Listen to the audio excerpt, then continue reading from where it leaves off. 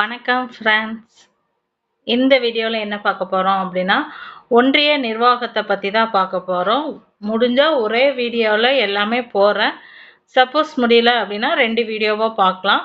ஒன்றிய நிர்வாகம் அப்படிங்கிறதுல 2 வீடியோவாக பண்ண முடியும். அது போக ஒன்றிய நாடாளுமன்றம் அப்படிங்கிறத தனி வீடியோவாக பார்க்கலாம். சிலபஸில் என்ன கொடுத்துருப்பாங்கன்னா ஒன்றிய நிர்வாகம் ஒன்றிய நாடாளுமன்றம் அப்படின்னு ஹெட்டிங் கொடுத்துருப்பாங்க. ஸோ நிர்வாகம் அப்படிங்கிறதுல ஒன்றிய நிர்வாகத்துக்கு கீழே யார் யார் வருவாங்க அப்படிங்கிறத பற்றி பார்க்கலாம். ஒன்றிய நாடாளுமன்றம் அல்லது சட்டமன்றம் அப்படிங்கிறது வந்து எப்படி செயல்படுது அப்படிங்கிற டீட்டெயில் வந்து அதில் வரும். இதில் நிர்வாகம் அப்படிங்கும்போது நிர்வாகத்தில் யார் யார் வருவாங்க அப்படிங்கிறதா இந்த வீடியோவில் வரும். ஓகேங்களா? இதில் முக்கியமாக வந்து நம்ம யாரை பற்றி பார்க்க போகிறோம் அப்படின்னா குடியரசுத் தலைவர், துணை குடியரசுத் தலைவரை பற்றி தான் பார்க்க போகிறோம். நீங்கள் எப்படி கேட்டாலும் நாங்கள் ஆன்சர் பண்ணுறோம் அப்படிங்கிற மாதிரி நம்ம ரெடியாக இருக்கணும். அதாவது குடியரசுத் தலைவரும் துணை குடியரசுத் தலைவர் குடியரசுத் தலைவர் சம்மந்தமாக கண்டிப்பாக கன்ஃபார்மாக 2 கொஸ்டின் வரும். கொஸ்டின் கேட்டாலும் நம்ம ஆன்சர் பண்ணணும். அதுக்காக ஓவரால் டீட்டெயில்ஸ் எல்லாத்தையுமே கம்பைன் பண்ணி இந்த வீடியோவில் கொடுக்குறேன். வாங்க வீடியோக்குள்ளே போகலாம். அதாவது ஒன்றிய நிர்வாகம், எக்ஸிகியூஷன் ஆஃப் யூனியன் அப்படின்னா அதை 3 பிரிவுகளாக பிரிக்கலாம். ஒன்றிய அரசாங்கத்தை வந்து 3 பிரிவுகளாக பிரிக்கலாம். ஒன்றிய அரசாங்கத்தை 3 பிரிவுகளாக பிரிக்கலாம். நிர்வாகம், சட்டமன்றம், நீதித்துறை. ஒன்றிய நிர்வாகம், ஒன்றிய சட்டமன்றம் இது வந்து தனி டாபிக். இது ரெண்டும்.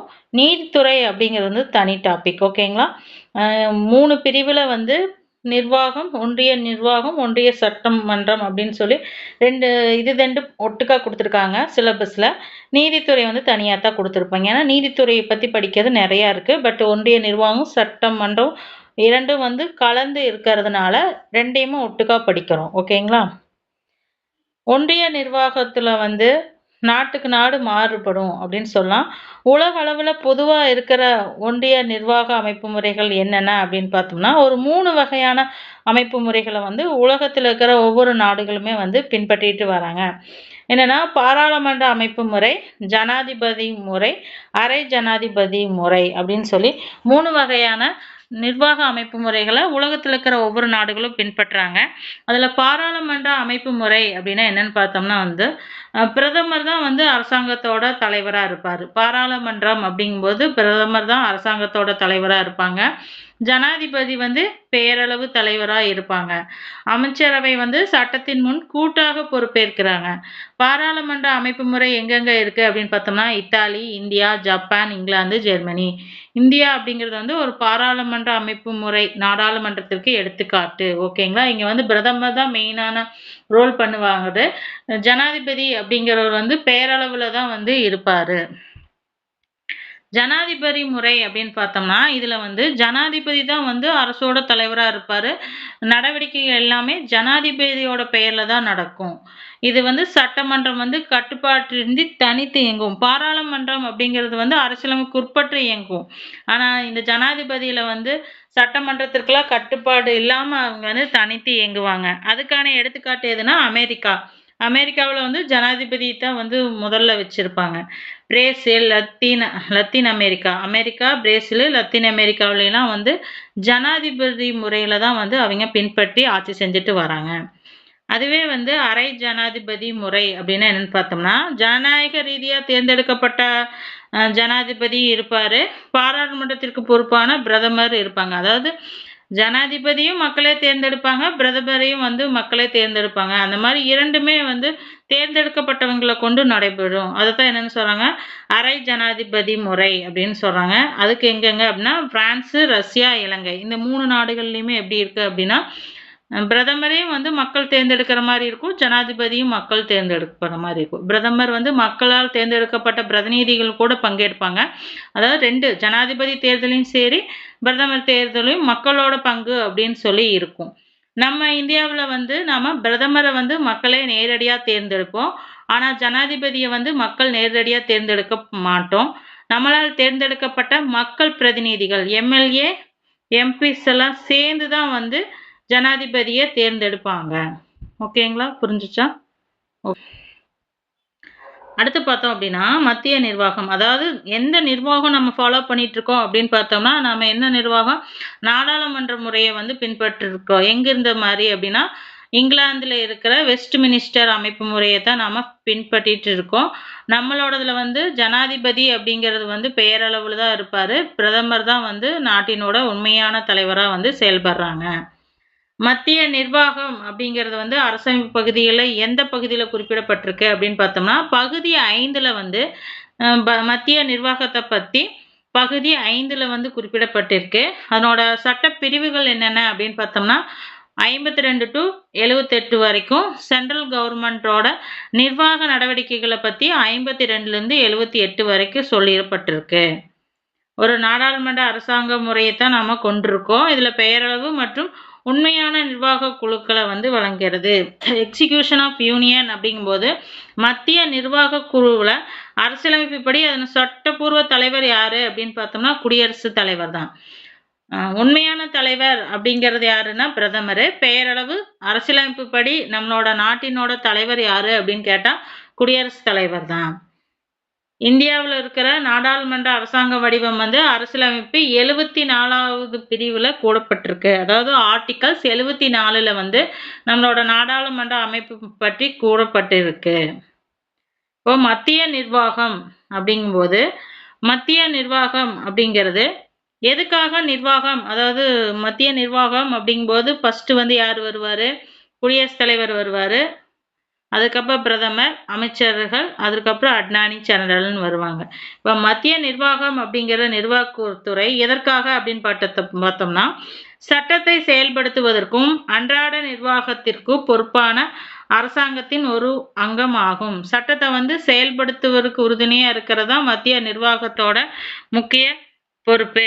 இப்போ ஒன்றியம் அப்படிங்கும்போது ஒன்றியத்தை வந்து 3 பிரிவுகளா பிரிக்கலாம். என்னன்னா நிர்வாகம், சட்டமன்றம், நீதித்துறை அப்படின்னு சொல்லி 3 பிரிவுகளா வந்து ஒன்றியத்தை பிரிக்கிறோம். அதுல பார்த்தோம் அப்படின்னா அதிகாரங்கள் வந்து ஒரு சிலர் கையில குவியக்கூடாது, எல்லாத்துக்கும் பரவலா வந்து கிடைக்கணும் அப்படிங்கறதுக்காகத்தான் இந்த நம்ம மத்திய அரசு பிரிவுகளையே பிரிச்சு ஒவ்வொருத்தர் போஸ்டிங்கா வந்து வகைப்படுத்தி இருக்காங்க. அதாவது குடியரசுத் தலைவர் ஒப்புதல் இல்லாம சில விஷயங்களை வந்து பிரதமர் செய்யக்கூடாது அப்படின்னும், பிரதமர் கீழே வந்து அமைச்சர்கள் எப்படி செயல்படணும் அப்படின்னு சொல்லி நம்ம கட்டமைப்பை வந்து ஏற்படுத்திப்பட்டு அது செயல்பட்டு இருக்கோம். அதாவது ஜனநாயக முறைப்படி ஆட்சி நடக்கணும் அப்படிங்கறதுக்காக. நிர்வாகம் அப்படின்னா மத்திய அரசோட நிர்வாகம் அப்படிங்கும்போது ஃபர்ஸ்ட் குடியரசுத் தலைவர் வருவாரு. குடியரசுத் தலைவர் கீழே துணை குடியரசுத் தலைவர் வருவாரு. துணை குடியரசுத் தலைவர் கீழே பிரதமர் அமைச்சர் வருவாரு. பிரதமர் அமைச்சருக்கு கீழே அமைச்சரவை குழு வருவாங்க. இறுதியா அட்னானி ஜெனரலும் வந்து எக்ஸிகியூஷன் யூனியன் ஆஃப் எக்ஸிகியூஷனோட ஒரு பார்ட்ல அட்டார்னி ஜெனரலும் வருவாரு. யூனியன் எக்ஸிகியூஷனோட பார்ட்ல அட்டார்னி ஜெனரலும் வருவாங்க. அதாவது மத்திய தலைமை வழக்கறிஞர் அவரும் வந்து ஒரு யூனியனோட ஒரு பார்ட் தான். இது கொஸ்டின் கேட்குறாங்க. நம்ம புக்ல வந்து இந்த டீட்டெயில் கொடுத்துருக்க மாட்டாங்க. பட் வந்து லட்சுமிகாந்தோட புக்ல வந்து இது இருக்கு. ஸோ வந்து இது பார்ட்டா அப்படின்னு கொஸ்டின் கேட்டா ஆமா தான். ஓகேங்களா. ஃபர்ஸ்ட் குடியரசுத் தலைவர் வருவாரு, துணை குடியரசுத் தலைவர், பிரதம அமைச்சர், அமைச்சரவை குழு வரும். அதுல அட்டார்னி ஜெனரலும் வந்து மத்திய நிர்வாகத்தினோட ஒரு பகுதி தான். நிர்வாகத்துக்கு கீழே யார் யார் வருவாங்களோ அவங்கள மட்டும் பார்க்கலாம். முக்கியமா நிர்வாகத்துக்கு கீழே யாரெல்லாம் பார்க்கணும்னா குடியரசுத் தலைவர், துணை குடியரசுத் தலைவர், பிரதம அமைச்சர், அமைச்சரவை குழு இருப்பாங்க. மத்திய அரசு தலைமை வழக்கறிஞரை பத்தி இருக்கும்னு. அது போக மத்திய அரசோட தலைமை தணிக்கையாளரும் வருவாரு. தலைமை தணிக்கையாளர் சிஏஜி இவங்க எல்லாம் தான் வந்து மத்திய அரசோட நிர்வாகத்துக்கு கீழே வருவாங்க. அது போக பிரதமர் அலுவலகம் அப்படிங்கிறதும் வந்து மத்திய அரசோட நிர்வாகத்துக்கு கீழே வரும். ஏன்னா எல்லா உத்தரவுகளையும் செயல்படுத்தக்கூடியது வந்து பிரதமரோட அலுவலகம். ஸோ கண்டிப்பா அதுவும் வரும். ஓகேங்களா. அதுவும் பார்த்துக்கலாம். அது போக குடியரசுத் தலைவரோட அலுவலகம், குடியரசுத் தலைவரோட அலுவலகத்தை பத்தியும் பார்க்கலாம். ஓகேங்களா. எல்லாமே ஒரே வீடியோல முடியாது. ஸோ முடிஞ்ச அளவுக்கு குடியரசுத் தலைவரும் துணை குடியரசுத் தலைவரை பத்தி ஓவராலா எல்லாத்தையுமே வந்து பார்த்துக்கலாம். குடியரசுத் தலைவர். குடியரசுத் தலைவர் அப்படின்னாவே இந்தியாவில் மிக உயர்ந்த பதவி எது அப்படின்னாவே நம்மளோட குடியரசுத் தலைவர் பதவி தான். நாட்டின் முதல் குடிமகன் யாரு அப்படின்னாலும் குடியரசுத் தலைவர் தான். முப்படைகளின் தளபதி யாரு அப்படின்னா நம்மளோட இராணுவத்தில் இருக்கிற முப்படைகளுக்கும் தலைமை தளபதி யாரு அப்படின்னு பார்த்தோம்னா குடியரசுத் தலைவர் தான். அவருக்கு கீழே தான் எல்லாம் இயங்குற மாதிரி வரும். ஓகேங்களா? குடியரசுத் தலைவருக்கான தகுதிகள் அப்படிங்கும்போது இந்திய குடிமகனா வந்து இருக்கணும். கண்டிப்பா வந்து அவர் பிறந்தது, வளர்ந்தது எல்லாமே இந்திய குடிமகனா இருக்கணும். 35 வயது நிரம்பியவரா இருக்கணும். மக்களவை உறுப்பினர் ஆகக்கூடிய தகுதிகள் வந்து இருக்கணும். மக்களவை அப்படின்னா எம்எல்ஏ ஆகக்கூடிய தகுதிகள் அவருக்கு சாரி மக்களவை அப்படிங்கும்போது எம்பி ஆவதற்குரிய தகுதிகள் வந்து அவருக்கு இருக்கணும். லாபம் தரும் பதவியில இருக்கக்கூடாது. ஒரே நேரத்துல பாராளுமன்ற சட்டம் அதாவது மாநில சட்டமன்றங்களில் உறுப்பினரெல்லாம் இருக்க முடியாது. ஒருவர் வந்து குடியரசுத் தலைவரா பதவி ஏற்கும் நேரத்துல வந்து அவர் வந்து எம்பியா இருந்தாலும் சரி, எம்எல்ஏவா இருந்தாலும் அந்த பதவி வந்து இல்லாம போயிரும். அரசோட தலைவரா தான் இருப்பாரு. எந்த கட்சியோட பிரதிநிதியாவும் அவரு இருக்க முடியாது. ஏன்னா அது பொதுவானவர் அப்படிங்கும்போது அவர் வந்து எம்எல்ஏ இருந்தாலும் சரி, எம்பியா இருந்தாலும் அந்த பதவியை ராஜினாமா செஞ்சுட்டு தான் பதவியை ஏற்பாரு. பதவியை ராஜினாமா செஞ்சுட்டு தான் பதவியை ஏற்பாரு. குடியரசுத் தலைவருக்கான தேர்தல் அப்படிங்கிறது வந்து ஒற்றை மாற்று விகிதம். குடியரசுத் தலைவருக்கான தேர்தல் வந்து ஒற்றை மாற்று விகித பிரதிநிதித்துவத்தின் மூலமா ரகசிய வாக்கெடுப்பு முறையில தான் தேர்ந்தெடுக்கப்படுறாங்க. குடியரசுத் தலைவரை நம்ம தேர்ந்தெடுப்போமா அப்படின்னு கேட்டா இல்ல. அது வந்து நம்மளால தேர்ந்தெடுக்கப்பட்ட பிரதிநிதிகளால தான் வந்து குடியரசுத் தலைவர் தேர்ந்தெடுக்கப்படுகிறாரு. ஜனாதிபதியை தேர்ந்தெடுக்கப்படுவதற்காக வாக்குல வந்து மொத்த செல்லுபடியாகும் வாக்குல 50% மேல வாக்குகள் பெற வேண்டும். அப்படி 50% மேல பெற்றா தான் வந்து அவர் ஒரு ஜனாதிபதியா தேர்ந்தெடுக்க முடியும். குடியரசுத் தலைவருக்கான பதவி காலம் அப்படிங்கிறது வந்து 5 ஆண்டு காலம் வந்து அவர் பதவியில இருக்கிறான். மறுபடியும் வந்து அவர் தேர்தலுக்கு தகுதியானவர். ஒருத்தர் ஒரு தாட்டி குடியரசுத் தலைவரா இருந்துட்டா மீண்டும் வந்து அவர் குடியரசுத் தலைவரா இருக்கிறதுக்கு தகுதியானவர் தான். அவரோட பதவி காலம் முடிவதற்கு முன்னாடி அவரா வேண்டும் விலகலாம் அப்படின்னு நினைச்சா ராஜினாமா கடிதத்தை கொடுத்துட்டு அவர் வந்து பதவியை வந்து விலகிக்கலாம். குடியரசுத் தலைவர் வந்து ராஜினாமா கடிதத்தை யாருக்கு கொடுப்பாரு அப்படின்னு கேட்டா துணை குடியரசுத் தலைவரிடம் தான் அவரு கொடுப்பாரு. சப்போஸ் வந்து குடியரசுத் தலைவரை வந்து பதவி நீக்கம் செய்யணும் அப்படின்னா ஆர்டிகல்ஸ் 61 படி அரசியலமைப்பை மீறிய குற்றச்சாட்டு வந்து நிரூபிக்கப்பட்டதன் மூலமா தான் வந்து அவர் பதவி நீக்க முடியும். டைரக்டா ஒரு குடியரசுத் தலைவரை வந்து பதவி நீக்க செய்ய முடியுமா அப்படின்னு கேட்டா கண்டிப்பா முடியாது. அதாவது 2 நாடாளுமன்றத்தின் மக்களவையிலும் மாநிலங்களவையும் தீர்மானம் கொண்டு வந்து அவர் வந்து குற்றச்சாட்டு நிரூபிக்கப்பட்டு அதுக்கப்புறம் தான் வந்து அவரை குடியரசுத் தலைவர் பதவியிலிருந்து நீக்க முடியும். அப்படி அவர் பதவியிலிருந்து நீக்கிற செயல்முறையை என்னன்னு சொல்லுவாங்க? குற்றம் சாட்டு பதவி நீக்க செய்யறது, அதாவது பழி சாட்டுறது அப்படின்னு சொல்லுவாங்க. ஓகேங்களா? குடியரசுத் தலைவரை டைரக்டா யாருனாலும் பதவி நீக்கம் செய்ய முடியாது. அதுக்குன்னு நாடாளுமன்றத்துல தீர்மானம் கொண்டு வந்து மக்களவை மாநிலங்களவையும் நிறைவேற்றும் போது இரு அவைகளும் நிறைவேற்றி தான் வந்து அவரை பதவி நீக்கம் செய்ய முடியும். ஆர்டிகல்ஸ் 53 படி பார்த்தோம் அப்படின்னா நாட்டோட முதல் குடிமகன் யாரு அப்படின்னாலும் குடியரசுத் தலைவர் தான். இந்திய ஒன்றியத்தின் நிர்வாகத்தோட தலைவர் யாரு அப்படின்னா குடியரசுத் தலைவர் தான். இந்திய ராணுவத்தின் உயர் அதிகார தலைவர் யாரு அப்படின்னாலும் குடியரசுத் தலைவர் தான்.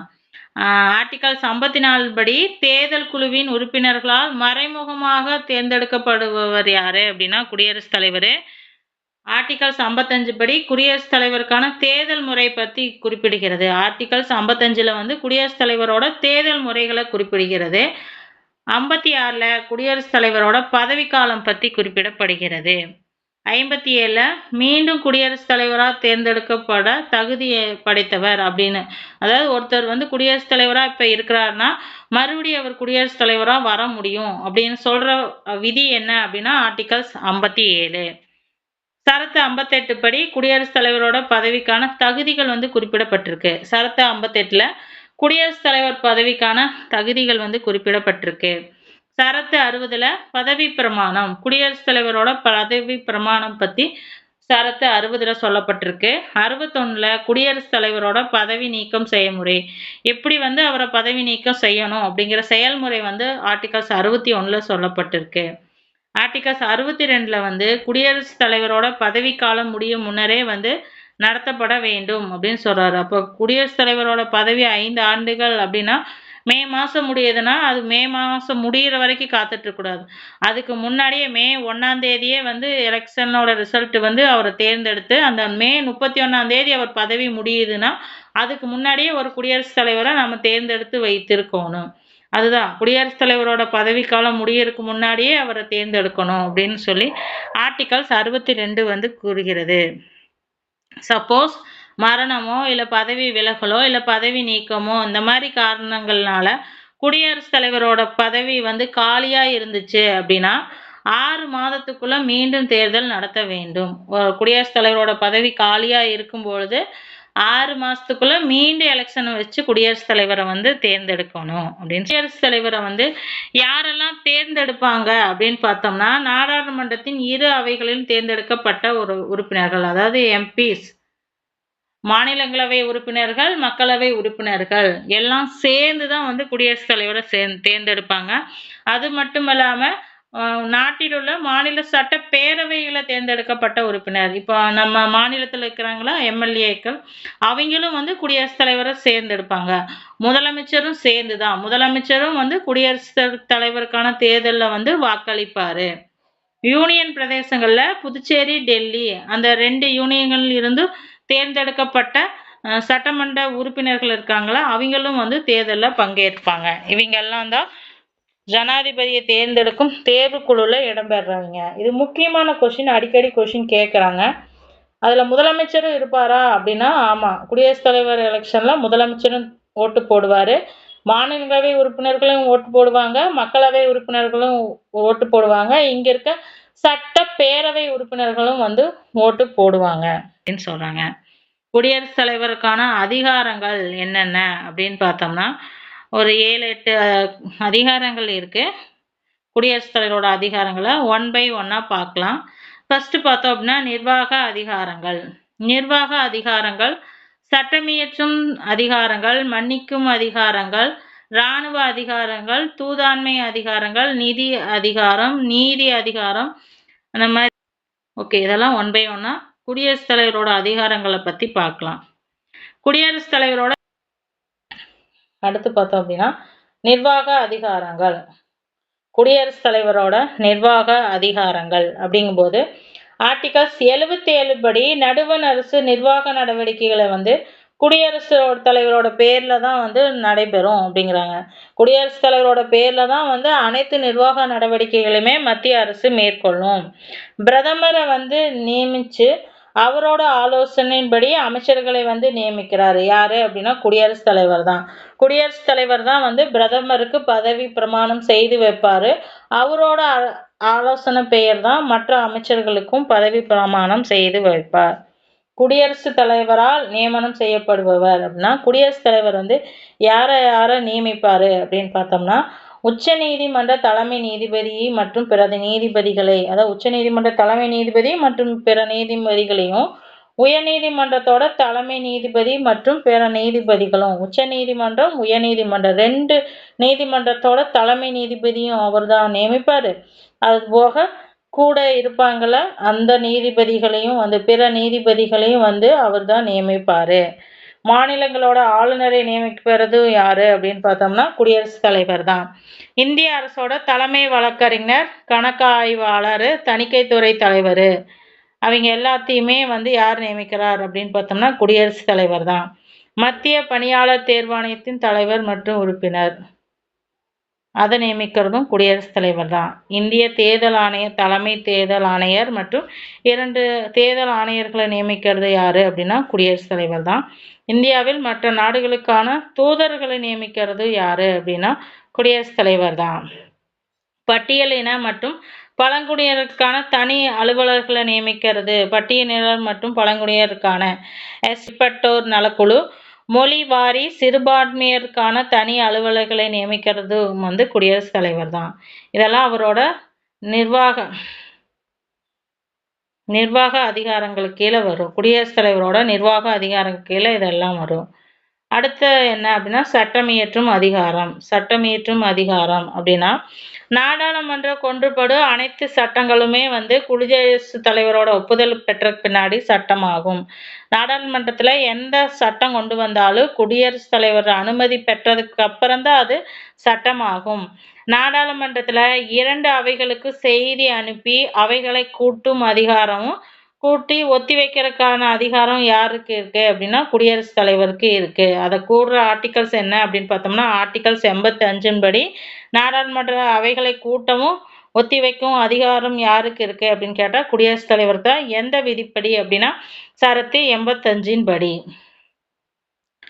நாடாளுமன்றத்தில் வந்து அவை நிகழ்வுகளை பற்றி ஆர்டிகல்ஸ் 86 வந்து குறிப்பிடுகிறது.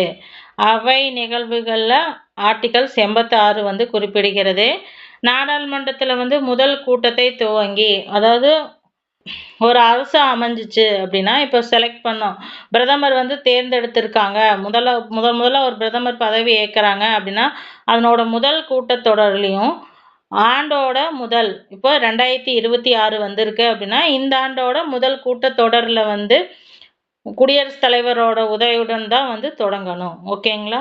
நான் ஒவ்வொரு ஆண்டும் முதல் கூட்டத்தொடர் குடியரசுத் தலைவரோட உரையுடன் தான் தொடங்கும்.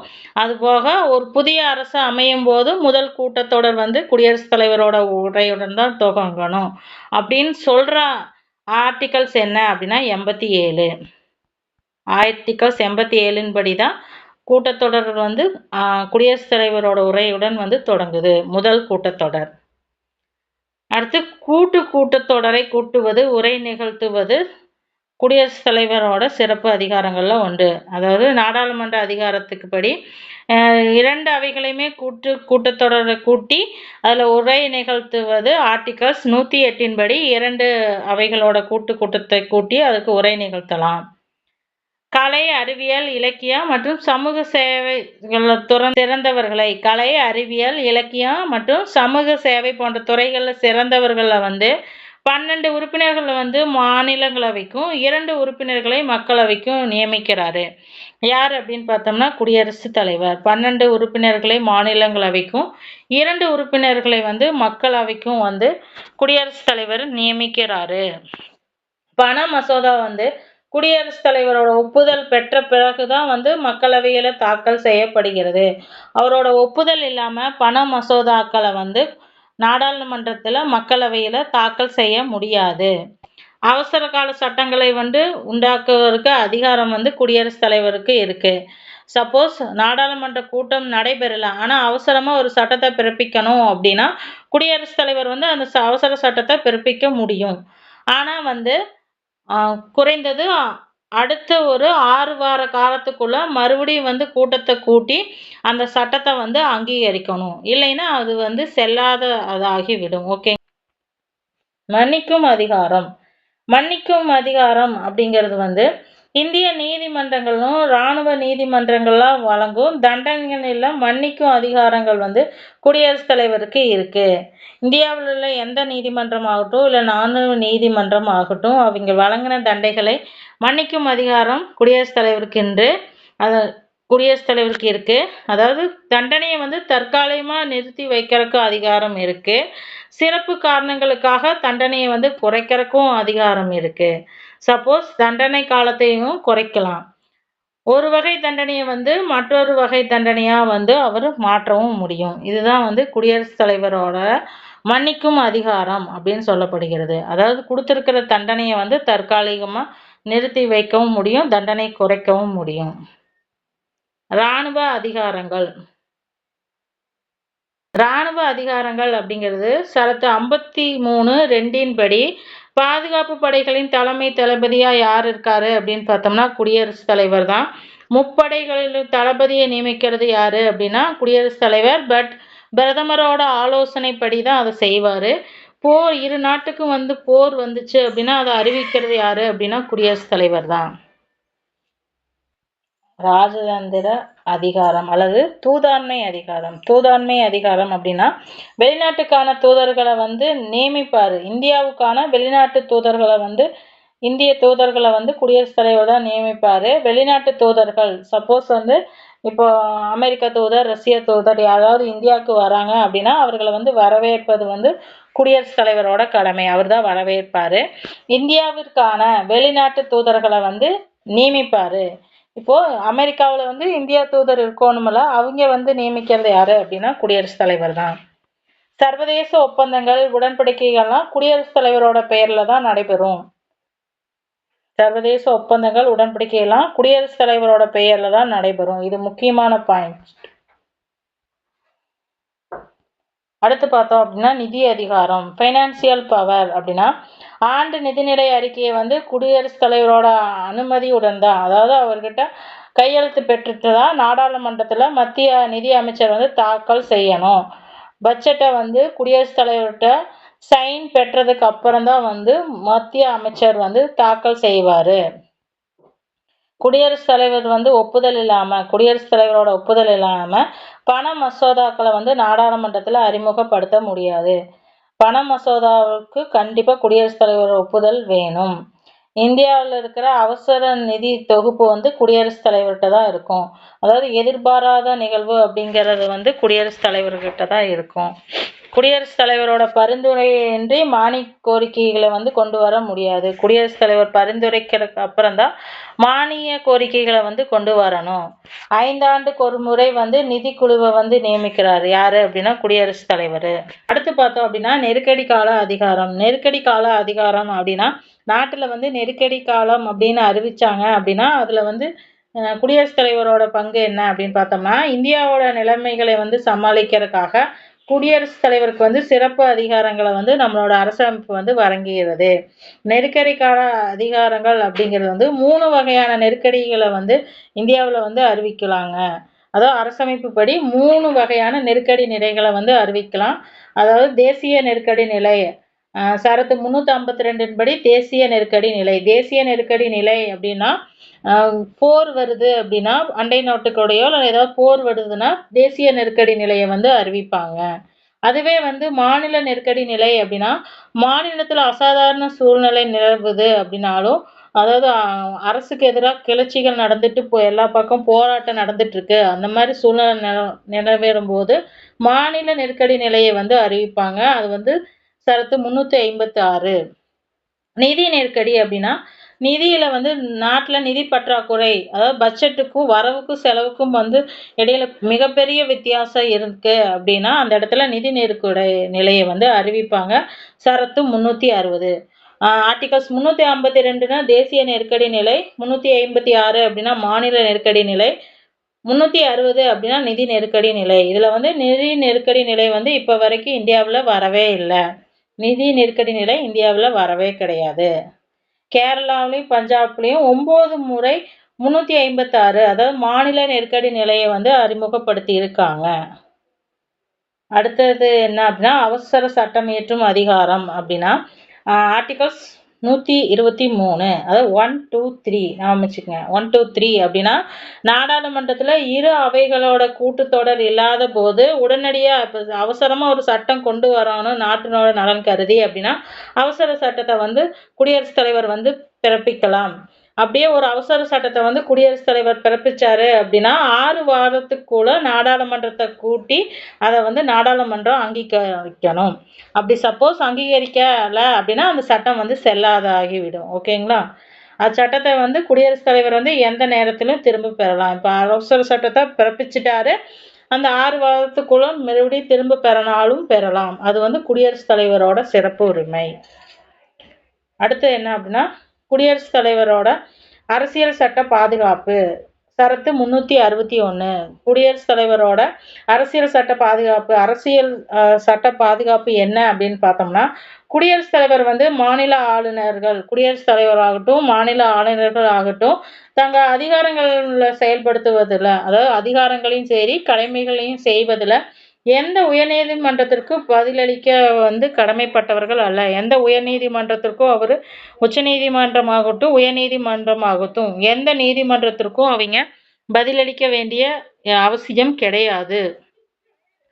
இவர்களோட பதவி காலத்துல குற்றவியல் நடவடிக்கைகளை தொடர முடியாது. குடியரசுத் தலைவரோட பதவியில் இருக்கும்போது அவர் மேல கிரிமினல் வழக்கு வந்து ஃபைல் பண்ண முடியாது. அதைத்தான் சொல்றாங்க. கிரிமினல் வழக்க ஃபைல் பண்ண முடியாது. 2 மாத அறிவிப்பு கொடுத்ததுக்கு அப்புறம் தான் சிவில் கேஸை வந்து தொடர முடியும். கிரிமினல் வழக்கு தொடர முடியாது. ஆனா சிவில் வழக்குகளை வந்து 2 மாசத்துக்கு முன்னாடியே நோட்டிபிகேஷன் கொடுத்ததுக்கு அப்புறம் அவர் மேல கேஸ் ஃபைல் பண்ண முடியும் குடியரசுத் தலைவர் மேல. கைது அல்லது சிறை வம்சம் பிடியாணை எதுவுமே பிறப்பிக்க முடியாது. குடியரசுத் தலைவரை கைது செய்ய முடியாது. பிடியாணை எதுவுமே வந்து நீதிமன்றங்கள் பிறப்பிக்க முடியாது. எந்த உத்தரவையுமே நீதிமன்றங்கள் பிறப்பிக்க முடியாது. தலைவரோட அலுவலகம் ராஷ்டிரபதி பவன் அப்படிங்கறதான் வந்து நாட்டிலேயே இருக்கிற மிக உயர்வான அரசியல் சாசன பதவியின் அதிகாரப்பூர்வ எல்லா அலுவலகம் எதுன்னா ராஷ்டிரபதி பவன். ராஷ்டிரபதி பவன் தான் வந்து குடியரசுத் தலைவரோட அலுவலகமா இருக்கு. எங்க இருக்கு அப்படின்னா புதுடில்லியில இருக்கு. ராஷ்டிரபதி பவன் புதுடில்லியில இருக்கு. ஜனாதிபதிக்கு தேவையான நிர்வாக சேவைகளை பிரசிடென்ட் செக்ரட்டரி அப்படிங்கிறது வழங்குகிறது. இந்த ஜனாதிபதி செயலகத்தை என்னன்னு சொல்றாங்க? பிரசிடென்ட் செக்ரட்டரி அப்படின்னு சொல்றாங்க. இதுதான் வந்து ஜனாதிபதிக்கு தேவையான நிர்வாக சேவைகளை வந்து வழங்குகிறது. கோடை காலத்துல எங்க போவாரு அப்படின்னா ரீட்ரீட் அப்படிங்கிறது வந்து சிம்லாவில் இருக்கு. அதோட இல்லமாகவும் குளிர்காலத்துல வந்து ராஷ்டிரபதி நிலையம் வந்து எங்க இருக்கு அப்படின்னா ஹைதராபாத். டெல்லியில இருக்கிறது போக 2 இல்லங்கள் வந்து இருக்கு இந்தியாவில். ஒன்று வந்து எங்கே இருக்கு அப்படின்னு பார்த்தோம்னா சிம்லாவில் இருக்கு ரீட்ரீட் அப்படின்னும். ஹைதராபாத்தில் ராஷ்டிரபதி நிலையம் அப்படிங்கிற பேரில் குடியரசுத் தலைவரோட அலுவலகம் வந்து இருக்கு. வந்து டெல்லியில் இருக்கிற அலுவலகம் போக மீதி 2 பக்கம் துணை அலுவலகங்கள் வந்து ஜனாதிபதிக்கு இருக்கு. இந்தியாவோட ஜனாதிபதியா யார் இருந்திருக்காங்க அப்படின்னா ராஜேந்திர பிரசாத் தான் வந்து இந்தியாவினோட முதல் ஜனாதிபதி. 1950லேருந்து 62 வரைக்கும் இருக்காரு. அதுக்கப்புறம் ராதாகிருஷ்ணன், ஜாகிர் ஹுசேன் வந்து 1967 டு 69 இருந்திருக்காங்க. அதுக்கப்புறம் பிபி கிரி, முகமது எதைதுல்லா அப்படிங்கிறவங்கெல்லாம் ஆக்டிங் பிரசிடெண்ட்டாக இருந்திருக்காங்க. அவங்க தேர்ந்தெடுக்கப்பட்டவங்க இல்லை, பிரசிடெண்ட்டாக வந்து பதவி வகிக்கிறதுக்காக நியமிக்கப்பட்டவர்கள் பிபி கிரி, முகமது எதைதுல்லா. 1969 இவங்க 2 பேர் இருந்திருக்காங்க. அதுக்கப்புறம் பிவி கிரி அப்படிங்கிறவர் வந்து பிரசிடெண்ட்டாக வந்து 1969 டு 1977 வரைக்கும் இருந்திருக்காரு. அதுக்கப்புறம் பக்ருதி அலி அகமது, அதுக்கப்புறம் பாப்பா தனப்பா ஷெட்டி அப்படிங்கிறவர் வந்து ஆக்டிங் பிரசிடெண்ட்டாக இருந்திருக்காரு. 1977 இருந்திருக்காரு. நீலம் சஞ்சீவி ரெட்டி 1977 டு 82. கியானி ஜெயில் சிங் அப்படிங்கிறவர் 1982 டு 87. வெங்கட்ராமன்கிறவர் வந்து 1987 டு 92. சங்கர் தயாள் சர்மாங்கிறவர் 1992 டு 97. நாராயணன் வந்து 1997 டு 2002 வரைக்கும். அப்துல் கலாம் ஐயா வந்து 2002லேருந்து 2007 வரைக்கும். பிரதிபா பட்டேல் வந்து 2007 டு 2012. பிரணாப் முகர்ஜி வந்து 2012 டு 2017 வரைக்கும் பிரணாப் முகர்ஜி இருந்திருக்காங்க. அதுக்கப்புறம் ராம்நாத் கோவிந்த் வந்து 2017 டு 22 வரைக்கும் இருந்திருக்காங்க. அவங்களுக்கு அப்புறம் இப்போ கரண்ட்டாக இருக்கிறது திரௌபதி முர்மு அப்படிங்கிறவர் 2022 டு இப்போ வரைக்கும் அவங்க தான் இருக்காங்க. இதுதான் வந்து இந்தியாவோட குடியரசுத் தலைவரோட பட்டியல். யார் யார் இருந்திருக்காங்க அப்படின்னா முதல்ல யாருன்னா ராஜேந்திர பிரசாத். அதுக்கப்புறம் பெண் ஜனாதிபதி அப்படின்னு பார்த்தோம்னா பிரதிபா பாட்டீல். அவங்க தான் வந்து பெண் ஜனாதிபதியாக இருந்திருக்காங்க. பிரதிபா பட்டேல். குடியரசுத் தலைவருக்கு அப்புறம் அடுத்த உயர்ந்த பதவி எது அப்படின்னு பார்த்தோம்னா துணை குடியரசுத் தலைவர். இந்தியாவில் 2வது உயர்ந்த பதவி அப்படின்னு அமெரிக்கா துணை குடியரசுத் தலைவர் பதவியே போன்றது. ஆர்டிகல்ஸ் 65 படி அப்படின்னா குடியரசுத் தலைவர் இறந்து விட்டாலோ ராஜினாமா செய்தாலோ அல்லது பதவி நீக்கம் செய்யப்பட்டாலோ காலியாக உள்ள நிலையில் குடியரசுத் தலைவர் பதவி அவர் இறந்தாலோ ராஜினாமா செய்தாலோ இல்லைன்னா பதவி நீக்கம் இந்த மாதிரி குடியரசுத் தலைவரோட பதவி காலியா இருக்கும்போது துணை குடியரசுத் தலைவர் தான் வந்து குடியரசுத் தலைவரோட பணிகளை வந்து செய்வாரு அப்படின்னு சொல்லி ஆர்டிகல்ஸ் 65 வந்து குறிப்பிடுகிறது. குடியரசுத் தலைவரோட பணியில இல்லாத போது அவரது பணிகளை யார் கவனிப்பார்? சப்போஸ் குடியரசுத் தலைவர் வெளிநாட்டுக்கு போயிருக்காரு அப்படின்னா அப்போ குடியரசுத் தலைவரோட பணிகளை யாரு பார்ப்பாங்க அப்படின்னா துணை குடியரசுத் தலைவர் தான் வந்து கவனிப்பாரு. குடியரசுத் தலைவர் செயல்படும் போது மாநிலங்களவையின் தலைவராக வந்து செயல்படக்கூடாது. இப்போ துணை குடியரசுத் தலைவர் தான் வந்து மாநிலங்களவையோட தலைவராக இருப்பார். நிர்வாக அடிப்படையில் துணை குடியரசுத் தலைவர் தான் வந்து மாநிலங்களவையினோட சபை தலைவராக இருப்பார். சப்போஸ் குடியரசுத் தலைவர் வெளிநாடு போயிருக்காங்க அப்படின்னா குடியரசுத் தலைவரோட பணிகளை வந்து துணை குடியரசுத் தலைவர் பார்த்துட்டு இருக்கும்போது மாநிலங்களவையில வந்து தலைவரா அவர் செயல்பட முடியாது. துணை குடியரசுத் தலைவருக்கான தகுதிகள் வந்து ஆர்டிகல்ஸ் 66ல குறிப்பிடப்பட்டிருக்கு. என்னென்ன தகுதிகள் அப்படின்னு பார்த்தோம்னா, நாடாளுமன்றம் அல்லது சட்டமன்ற உறுப்பினரா இருக்கக்கூடாது. குடியரசுத் தலைவர் ஆகணும்னாலும் சரி, துணை குடியரசுத் தலைவர் ஆகணும்னாலும் நாடாளுமன்றமோ அல்லது சட்டமன்ற உறுப்பினரா இருக்கக்கூடாது. இந்திய குடிமகனா இருக்கணும். 35 வயது முடிஞ்சவரா இருக்கணும். மாநிலங்களவை உறுப்பினருக்காகக்கூடிய தகுதிகள் வந்து அவர்கிட்ட இருக்கணும். மத்திய மாநில அரசின் கீழே ஆதாயம் தரும் பதவிகளில் வந்து வைக்கக்கூடாது. அதாவது சேலரி வாங்குற எந்த போஸ்டிங்லையும் அவர் இருக்கக்கூடாது. துணை குடியரசுத் தலைவருக்கான தகுதிகள் வந்து சரத்து 66ல வந்து சொல்லப்பட்டிருக்கு. இவங்களோட பதவிக்காலம் அப்படிங்கிறது வந்து என்ன அப்படின்னா 5 ஆண்டுகள். இவரோட பதவிக்காலம் துணை குடியரசுத் தலைவரோட பதவிக்காலம் அப்படிங்கிறது 5 ஆண்டுகள் தான். துணை குடியரசுத் தலைவரும் மறைமுக தேர்தல் மூலமா தான் தேர்ந்தெடுக்கப்படுகிறாரு. ஆர்டிகல்ஸ் 66(1) படி மறைமுக தேர்தல் மூலமா வந்து துணை குடியரசுத் தலைவர் தேர்ந்தெடுக்கப்படுகிறாரு.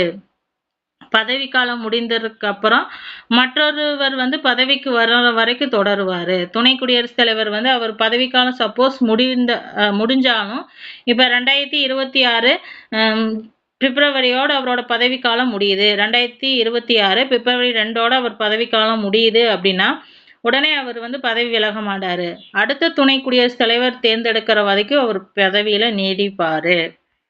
பதவி விலகல் கடிதத்தை யாரிடம் கொடுப்பார் அப்படின்னு கேட்டோம்னா துணை குடியரசுத் தலைவர் வந்து அவரோட பதவி விலகும் கடிதத்தை குடியரசுத் தலைவரிடம் தான் அளிப்பாரு. பதவி விலகிற கடிதத்தை குடியரசுத் தலைவரிடம் அளிக்க வேண்டும். பதவி நீக்கம் சப்போஸ் துணை குடியரசுத் தலைவரை பதவி நீக்க தீர்மானம் கொண்டு வராங்க அப்படின்னா 14 நாட்களுக்கு முன்னாடியே அவர்கிட்ட நோட்டீஸ் கொடுக்கணும். மாநிலங்களவையில வந்து சிறப்பு தீர்மானம் கொண்டு வந்து நிறைவேற்றணும். மாநிலங்களவையில சிறப்பு தீர்மானம் கொண்டு வந்து நிறைவேற்றினதுக்கு அப்புறம் மக்களவையிலும் வந்து தீர்மானம் நிறைவேற்றப்பட வேண்டும். பதவி பிரமாணம் அப்படிங்கிறது ஆர்டிகல்ஸ் 69ல துணை குடியரசுத் தலைவரோட பதவி பிரமாணம் எல்லாம் ஆர்டிகல்ஸ் 69ல சொல்லப்பட்டிருக்கு. ஆர்டிகல்ஸ் 71 படி குடியரசுத் தலைவர் துணை குடியரசுத் தலைவர் தேர்தல் பற்றி எழும் சந்தேகம் பற்றியும் சர்ச்சைகள்லாம் ஆய்வு செய்வத அதிகாரம் வந்து உச்ச நீதிமன்றத்திடம் இருக்கு. சப்போஸ் வந்து குடியரசுத் தலைவர் எலெக்ஷன் பண்றதுல ஏதாவது பிரச்சனை தேர்ந்தெடுக்கும் போது ஏதாவது பிரச்சனை இஷ்யூஸ் ஆச்சு அப்படின்னா உச்ச நீதிமன்றத்துக்கிட்ட போய் முறையிடலாம். அது வந்து ஆய்வு தான் செய்ய முடியும், பட் விசாரிக்கலாம் முடியாது. ஆர்டிகல்ஸ் 71 படி. ஓகேங்களா? துணை குடியரசு தலைவர் வந்து முடிஞ்ச அளவுக்கு அவர் மாநிலங்களவையோட சபாநாயகராக தான் அவர் செயல்பட்டு இருப்பாரு. குடியரசுத் தலைவர் இல்லாத போது குடியரசுத் தலைவர் என்னென்ன செஞ்சாங்களோ அதனோட பணிகளையெல்லாம் அவர் வந்து தொடங்குவாரு. அதுதான் அவரோட முக்கியமான பணி. துணை குடியரசுத் தலைவராக யார் யார் இருந்திருக்காங்க அப்படின்னு பார்த்தோம்னா ராதாகிருஷ்ணன் முதல் துணை குடியரசுத் தலைவராக இருந்திருக்காரு, தமிழ்நாட்டை சேர்ந்தவர். அவருக்கு அப்புறம் ஜாகிர் உசைன், வி கிரி, ஜிஎஸ் பதக், பிடி சட்டி, முகமது ஹிதைதுல்லா, வெங்கட்ராமன், சங்கர் தயாள் சர்மா, நாராயணன், கிருஷ்ணகாந்த், பைரோவன் சிங் செகாவத், முகமது ஹமீது அன்சாரி, வெங்கையா நாயுடு, ஜெகதீப் தங்கர், ராதாகிருஷ்ணன். இப்ப இருக்கிறார் ராதாகிருஷ்ணன். இவரும் வந்து தமிழ்நாட்டுக்காரர் தான். இவர் 2025 துணை குடியரசுத் தலைவராக பதவி வச்சுட்டு வராங்க. ஓகேங்களா? இந்த வீடியோவில் முடிஞ்ச அளவுக்கு வந்து குடியரசுத் தலைவரை பற்றி எந்த கொஷின் கேட்டாலும் சரி, துணை குடியரசுத் தலைவரை பற்றி கேட்டாலும் அது வித் ஆர்டிகல்ஸோட டீட்டெயில்ஸும் நம்ம கொடுத்துருக்கோம். எப்படி கொடுத்தாலும் வந்து ஆன்சர் பண்ணணும் அப்படிங்கறதுக்காக தான். இதோட கண்டினியூட்டி நெக்ஸ்ட்டில் பார்க்கலாம். ஓகேங்களா?